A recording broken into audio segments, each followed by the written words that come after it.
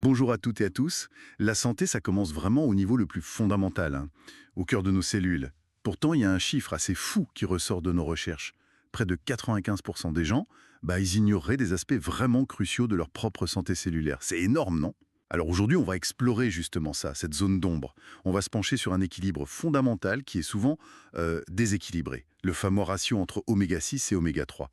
On s'appuie pour ça sur différentes informations, y compris des données issues de tests spécifiques, comme ceux d'Inzino mentionnés dans nos sources.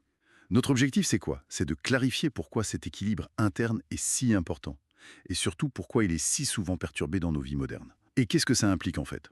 On va essayer de décortiquer tout ça. Oui, et c'est vraiment frappant parce que l'évolution de nos régimes alimentaires, surtout en Occident, a créé un décalage majeur. Historiquement, ce rapport oméga 6, oméga 3, il était proche de 1 pour 1, c'était assez équilibré. Mais aujourd'hui, les sources indiquent que ce ratio il peut grimper jusqu'à 15 pour 1, voire parfois 20 pour 1.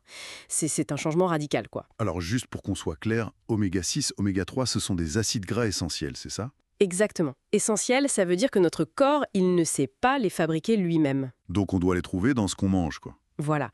Et le problème, c'est que l'alimentation moderne est souvent surchargée en oméga 6. Hmm. On les trouve partout, huile végétale raffinée, beaucoup de produits transformés.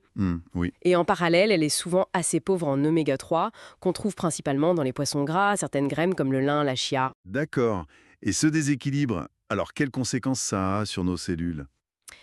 Ça a des conséquences directes sur la structure et la fonction de nos membranes cellulaires. Ces membranes, elles ont besoin d'une certaine fluidité, on pourrait dire, pour bien fonctionner. C'est un peu comme une bonne huile dans un moteur, hein. Si on a trop d'oméga 6, surtout un certain type comme l'acide arachidonique, par rapport aux oméga 3 comme l'EPA et le DHA, ça peut favoriser un état qu'on appelle pro-inflammatoire. Une sorte d'inflammation silencieuse à bas bruit au niveau cellulaire. Inflammation silencieuse. D'accord. Oui, c'est un mécanisme biochimique assez bien documenté. Et justement, les données des tests évoqués dans nos sources, ceux analysés par le laboratoire indépendant Vitas, qui est spécialisé là-dedans, l'analyse d'acides gras, eh bien, ces données révèlent des déséquilibres marqués chez une majorité de personnes testées. Ça suggère que ce problème d'inflammation sous-jacente pourrait être assez répandu. Ce qui amène logiquement à se demander, et moi, où j'en suis? Comment on peut savoir individuellement? Les sources parlent de tests spécifiques comme celui de Zinzino. Apparemment, c'est assez simple, quelques gouttes de sang séché suffisent pour évaluer ce ratio personnel. C'est intéressant cette idée de personnalisation, non? Ah oui, c'est une approche pertinente, parce que face à ces déséquilibres qu'on observe, il y a des stratégies nutritionnelles pour essayer de rééquilibrer justement.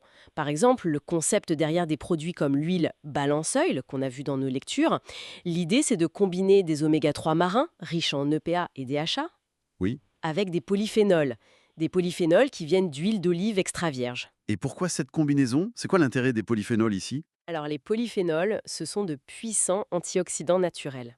L'idée, c'est qu'ils pourraient protéger les oméga 3, qui sont assez fragiles, ils s'oxydent facilement, et peut-être même améliorer leur absorption, leur intégration dans les cellules.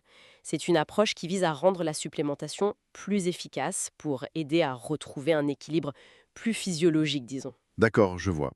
Et ça s'inscrit aussi dans des recommandations nutritionnelles plus larges, j'imagine. Tout à fait. Ça rejoint par exemple les recommandations nutritionnelles nordiques, les NNR. Elles suggèrent qu'environ 5 à 10 de notre apport énergétique total devrait venir des graisses polyinsaturées. Ce qui inclut les oméga 3 et les oméga 6. Exactement. Mais l'enjeu, c'est pas seulement la quantité totale, c'est surtout le bon équilibre entre les deux.